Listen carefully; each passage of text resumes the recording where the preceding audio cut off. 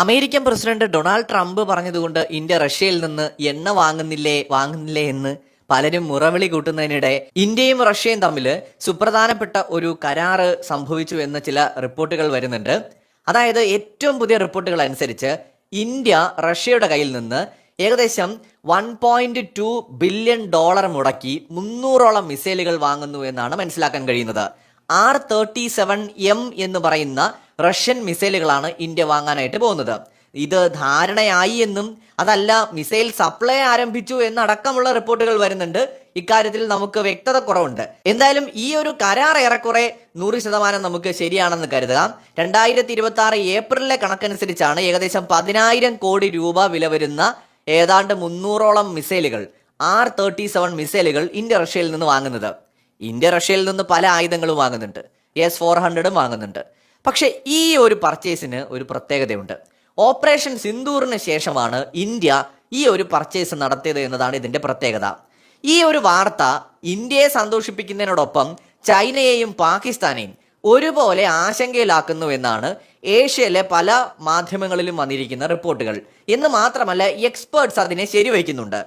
ശത്രുക്കളുടെ യുദ്ധവിമാനങ്ങളെ സഹായിക്കുന്ന പറക്കും റഡാറുകളാണല്ലോ അവാക്സ് എന്നറിയപ്പെടുന്നത്. ഈ അവാക്സുകളുടെ കില്ലർ എന്നാണ് റഷ്യയുടെ ഈ മിസൈൽ പ്രധാനമായി അറിയപ്പെടുന്നത്. ഏതാണ്ട് 350 മുതൽ 400 കിലോമീറ്റർ ദൂരത്ത് നിന്ന് തന്നെ ഈ അവാക്സ് മിസൈലുകളെ നശിപ്പിക്കാൻ സാധിക്കുന്ന മിസൈലാണ് ഈ R-37M എന്ന് പറയുന്ന മിസൈൽ. ചൈനയുടെയും പാകിസ്ഥാന്റെയും വ്യോമ പ്രതിരോധ ശൃംഖലയുടെ നട്ടെല്ലായിട്ടുള്ള ഇത്തരം റഡാർ വിമാനങ്ങളെ ലക്ഷ്യമിട്ടുകൊണ്ടാണ് ഇന്ത്യ റഷ്യയിൽ നിന്ന് ഈ അത്യാധുനിക മിസൈലുകൾ വാങ്ങുന്നത് എന്നാണ് ഇപ്പോൾ വ്യക്തമാവുന്നത്.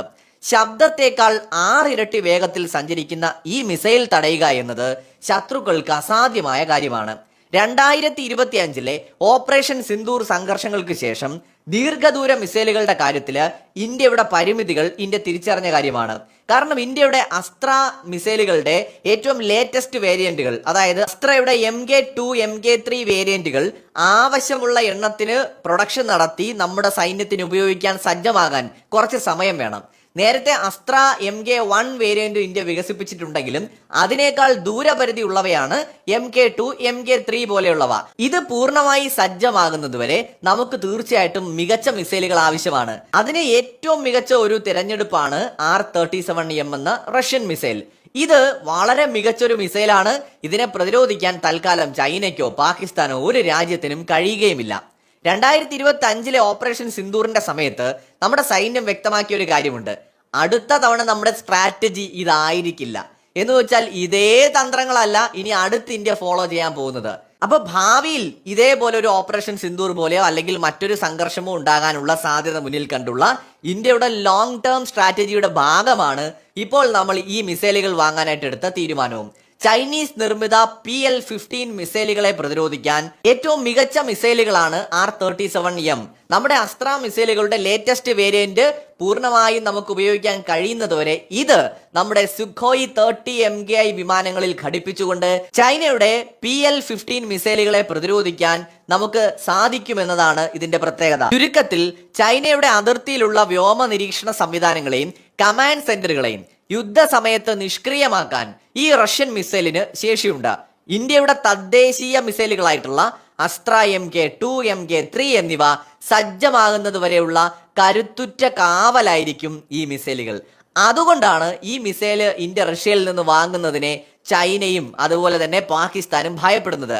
ആക്സ് ഹെഡ് എന്നറിയപ്പെടുന്ന R-37 വെറുമൊരു വായുവിൽ നിന്ന് വായുവിലേക്ക് തൊടുക്കാവുന്ന മിസൈൽ അല്ല, മറിച്ച് ആധുനിക വ്യോമയുദ്ധങ്ങളെ നിയന്ത്രിക്കുന്ന അവാക്സ് റഡാർ സംവിധാനങ്ങളെ, അതുപോലെ ആകാശത്ത് വെച്ച് ഇന്ധനം നിറയ്ക്കുന്ന ടാങ്കറുകളെ, വ്യോമയാന കമാൻഡ് സെന്ററുകളെയൊക്കെ തകർക്കാൻ ശേഷിയുള്ള അത്യാധുനിക മിസൈലാണ്.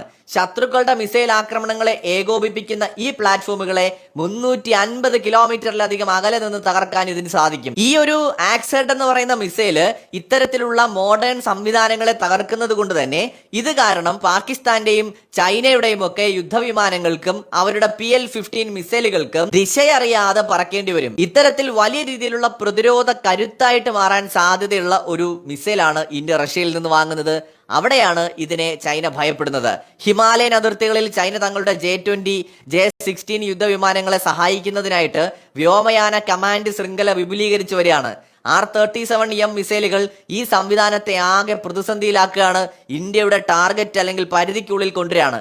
ഇത് ചൈനയുടെ സപ്പോർട്ട് വിമാനങ്ങളെ മുൻനിരയിൽ നിന്ന് ദൂരേക്ക് പിൻവലിയാൻ നിർബന്ധിതമാക്കുകയും ബീജിംഗിന്റെ ദീർഘദൂര ആക്രമണ ശേഷിയെ ദുർബലപ്പെടുത്തുകയും ചെയ്യുന്നു. അതായത് ഇന്ത്യ അടുത്ത സ്ട്രാറ്റജി ഫോം ചെയ്തുകൊണ്ടിരിക്കുന്നതിന്റെ ഭാഗമായിട്ടാണ് ഈ പുതിയ മിസൈലുകൾ റഷ്യയിൽ നിന്ന് ഇത്രയും പൈസ കൊടുത്തു വാങ്ങുന്നത്.